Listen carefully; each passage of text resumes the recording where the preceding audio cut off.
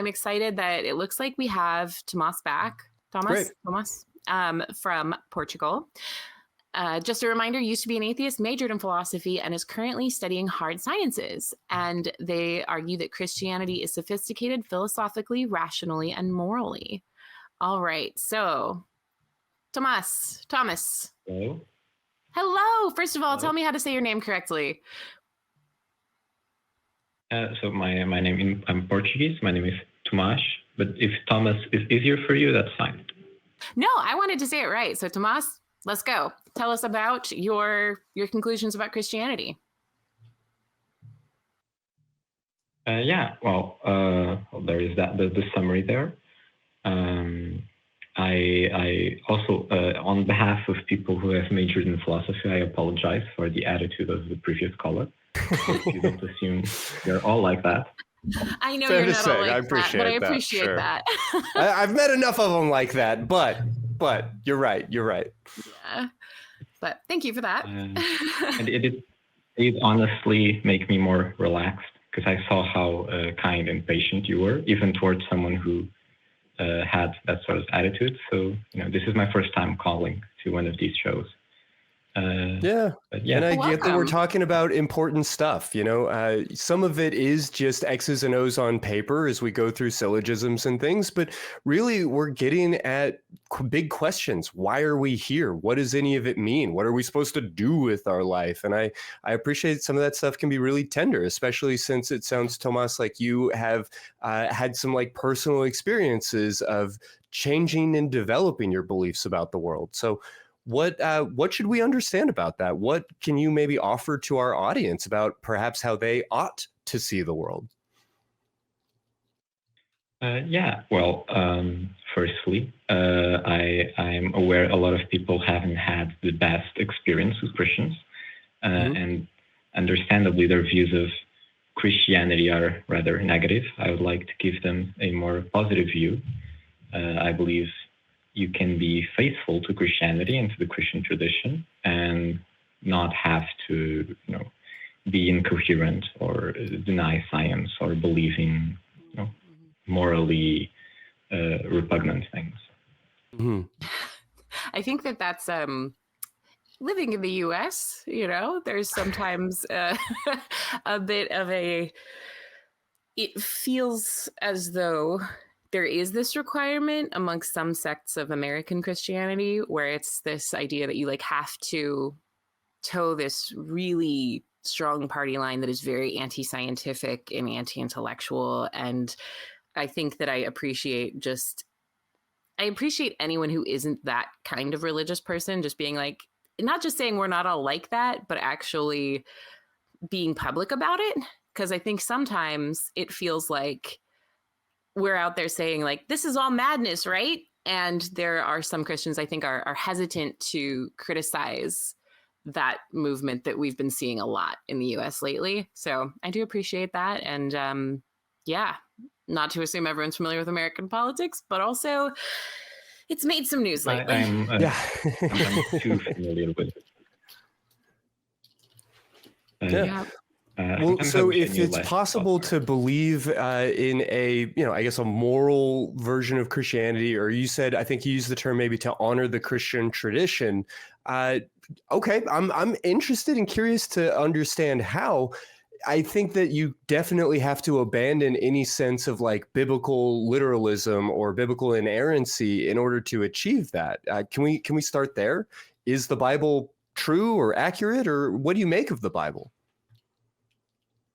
So I absolutely agree with the first part of what you said.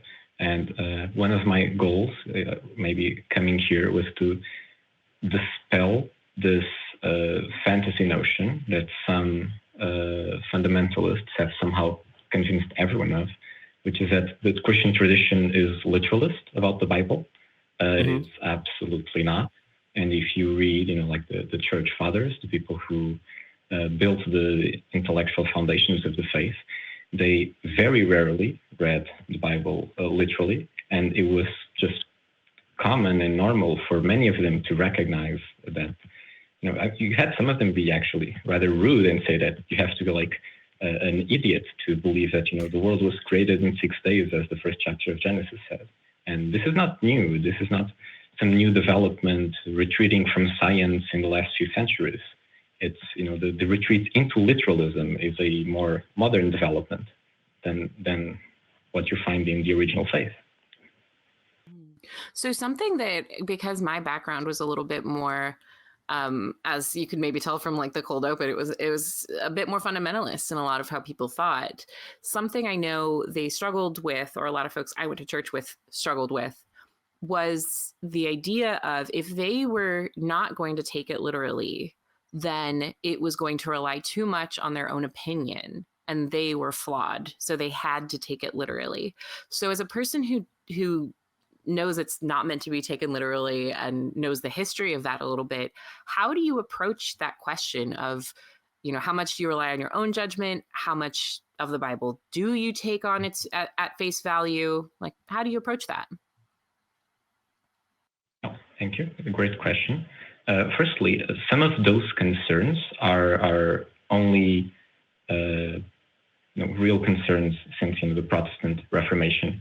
It is a rather recent development that you can expect the average Christian to be able to carry a Bible, like in their pocket, in a language that they can read, that isn't just Latin or ancient Greek. For over a millennia, the Bible existed in a language most people couldn't read. There were a few copies of it because you had to copy it by hand, and usually to have access to the Bible and to study it properly, you'd have to be part of the clergy. So you need to study, learn the languages, and really dive deep into the tradition of interpretation of the church. And the common person would, I'm not saying this was necessarily better, because I don't want to be too elitist, but the average Christian would come into contact with the scriptures at Mass, during the service, through people who would hopefully be trained and be able to explain to them the messages that these stories are trying to convey. Now, to be more to the point, for those people who are concerned, I understand the concern. Yes, we are flawed, but to take the Bible literally is not to get rid of your imperfections. You will always be imperfect. Everyone is. Sure. You should always strive to be better. I believe that the Bible, properly read in the context of the Christian tradition and using reason, I believe all of these things point in the same direction. You shouldn't find a contradiction between reasoning and what the Bible says, or between the Christian tradition and the Bible, or between the Christian tradition and reason. And if you do, you probably misunderstand one of them, or you aren't looking at it in the most productive way. I believe you should always try to harmonize all of the tools at your disposal, and they should all point to the same end. Yeah, I mean, I'm definitely willing to acknowledge that the vast majority of Christian history has not included this idea of, biblical inerrancy, and that interpretation is part of it. And I'll also concede the notion that, if you are reading the Bible with a sense of reason and with a willingness to sort of interpret and to glean and to use your own wisdom and discernment to try and pull out the parts that maybe aren't as valuable or that no longer apply, or some of this, that you can get to some notions of truth, some value there. But I do have to start to ask, if the Bible isn't perfect, why are we reading it when there are so many better books out there? Like that, to me, it just comes down to a why would we keep up with it? Why would we hold on to it when there are so many other, ways to ascertain truth and moral reasoning and all of these things? Well, so two things. Firstly, I wouldn't expect someone to just read the Bible and use their own individual reason to get at the truth, because again, we are limited. I would probably, if someone wants to engage with the Bible that way, the best way is to probably read it alongside commentaries by the church fathers, very I'm sorry if it seemed like I was leaning into the Bible specifically. Like I am more speaking, I guess, about the broader Christian tradition. You know, if you have a wonderful priest or preacher or pastor who in your church is offering valuable lessons and community and all of these things, I think that that's wonderful. But could we base it on something that is maybe less problematic and brings less baggage to it than Christian history? Is that might be maybe a better, more straightforward version of the question I was looking to ask?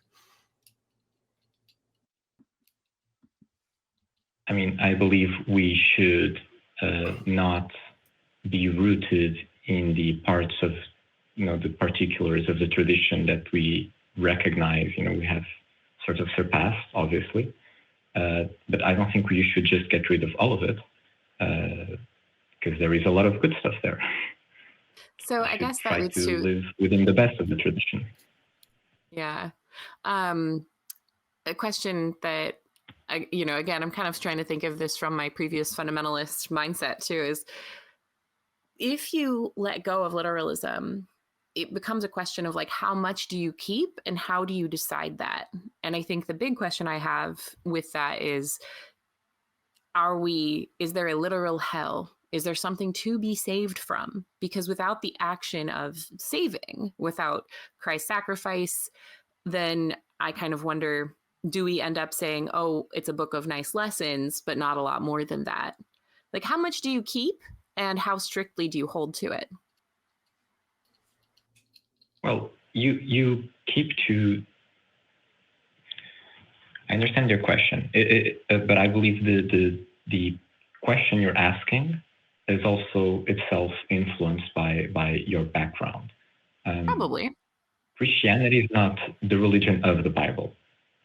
The Bible is a collection of texts assembled by the church within the tradition and read by the church within the tradition. Being a Christian is about practicing your life, its religious dimension, within the traditions of the church. And it has always been part of the tradition of the church to have this sort of attitude towards the scriptures. But I can be more specific to try to be more helpful. Broadly, there has always been a division between the Old Testament and the New Testament. And this is obvious if you think about the perspective of people living in Jesus' time or in a few generations after, because one is a set of ancient scriptures. The other one is like contemporary testimonies from people. And the attitudes have always been very different. The Old Testament has always been taken as largely allegorical, the inheritance of the Old Testament by the Christian tradition. And if you read the church fathers, this is what they say, I'm not inventing things, that you read the stories to find and interpret in them the message that was revealed in Christ. Christianity is about Christ, it's about Jesus. And if you are reading the Old Testament as a book, either like a list of just rules to follow or some sort of historical record, you are not reading it to find the message of Christ. So you're not reading the Bible as like Christian scripture. Maybe you're reading it as an ancient Israelite, but that's the wrong way to do it. So does it still hinge on... Oh, sorry. Do we still hinge on the fact of Christ's life, death, and resurrection? Of course. I'm still a Christian. I'm not saying, just take the good moral lessons, but deny, yeah. I guess I start to wonder, why can't that also be a metaphor then? Why can't that also be seen in a non-literal way? Well, you could, but you'd be deviating pretty heavily from the Christian tradition. That's true. Or at least... But then if I'm looking for kind of to follow truth best I can, then it's okay, in my opinion, to look for truth beyond just the Christian tradition, right? So if I'm looking for truth, like, am I going to land on Christ's birth, death, and resurrection? And do I have to land on that? to be a Christian? So two things. Firstly, you should absolutely look to every source of truth you can. I would never say that all truth is contained within the Christian tradition, or I would take the opposite and say, in a sense, all truth should be recognized by Christianity.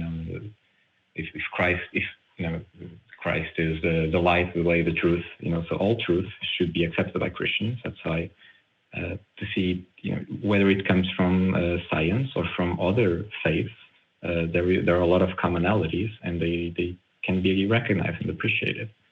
But this is something even the Pope recognizes. Yeah. So I guess my question is... sorry, go ahead. The end of your question, you said something about, it was about resurrection, and I forgot what you said. Can you just... Yeah, I guess, to try to get to what I'm really trying to get at is that if we're saying that we don't need to take the Bible literally, do we still need to take Jesus' death and resurrection literally? At what point do we distill it down to the bare bones? Like, what is it that we actually have to believe in? Is it the Apostles' Creed? Like, what is it that are the truly unifying and necessary ingredients? And, if we are sort of boiling off some other components, can we not agree that there might be better sources for those things that what we're holding on to ultimately? Well, I would say, the resurrection is pretty central. If we were to make a list of the most essential things, it would be at the top, alongside something like the Trinity. But I guess, I'm a much more open-minded person maybe than a lot of Christians. I guess, depending on how it is done, maybe not from a strictly secular perspective, but if someone can find a sophisticated justification within the Christian tradition to view the resurrection in a different way, I could probably consider them a heterodox Christian. But it would still have to come from the place of Christianity. You'd have to have Christian reasons to view it differently. Otherwise, you are just a secular person who recognizes nice moral lessons in Christianity. Which I guess is my ultimate goal. I'm happier that. Yeah. And I'd be curious to know, I might let you go here in a second, but you have been like a nice, cold glass of water after our previous caller. So I appreciate certainly a palate cleanser. Yeah. And I do appreciate where you're coming from. Yeah. Yeah. But I would be curious to know, I'm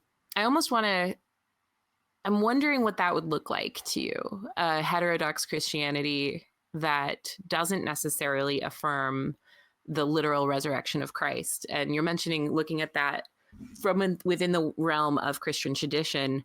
I don't necessarily know that. I know that that's maybe not your initial viewpoint, but I would be curious, maybe call back another time and tell us about what that could look like. Or I get the sense that you think about things a lot, and I would like to know the progression of that thought process. Yeah. Oh, absolutely. I would love to return and keep talking. I'm not sure if I can expect you to specifically, or if it rotates every session, but I could certainly return. We do rotate, but you're lovely. So, yeah. There are specific movements within very early Christianity that, mainstream Christianity eventually declared as heresies of Christians who viewed the resurrection and the nature of Jesus very differently for the first few centuries.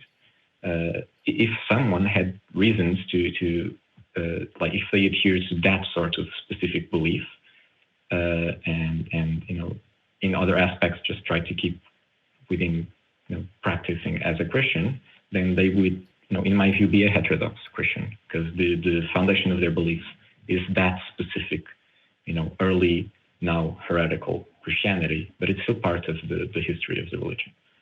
But about taking the resurrection literally or not, we would also have to probably define what it means to take it literally, because a lot of Christians who you've probably met probably hold to a view of literal resurrection that actually goes against what the New Testament says. If you read pretty much everything, but especially the letters of Paul. Christ did not rise in flesh and blood, because flesh and blood cannot inherit the kingdom of the heavens, blah blah blah. Christ resurrected literally in pure spirit. This is what Paul says, 1 Corinthians chapter 15, and just to clarify that even taking the resurrection literally does not necessarily mean taking it as a lot of fundamentalists do, who probably don't really even understand the texts that they are basing their faith on. Yeah, you're probably right there. That makes sense. So I might let you go because we do have another person and some more announcements to do, but I just really appreciate you, and whether it's me or another person, definitely give us a call back. Thanks for calling.